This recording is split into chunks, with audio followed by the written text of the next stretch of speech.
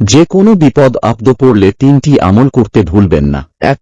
দান সাদকা করা। নবীজি সাল্লাল্লাহু আলাইহি ওয়াসাল্লাম বলেছেন, তোমরা দান করো আর দান দ্বারা রোগীর রোগ চিকিৎসা করো, কেননা দান রোগ এবং বালামুসিবত দূর করে এবং আয়ু হায়াত ও নেকি বাড়িয়ে দেয়। বায়হাকি।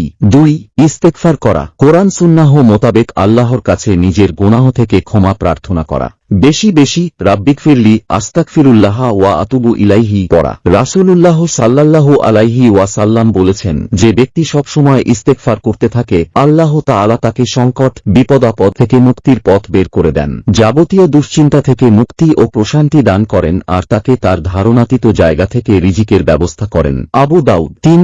দরুদ পড়া। বিপদাপদে সঠিকভাবে দরুদ পড়া উত্তম আমল, তাই যে কোনো বিপদে রাসূলুল্লাহ সাল্লাল্লাহু আলাইহি ওয়াসাল্লামের ওপর বেশি বেশি দরুদ পড়া। এটা একটি ইসলামিক চ্যানেল, এখানে ইসলামিক ভিডিও পাবেন। ইসলামিক ভিডিও পেতে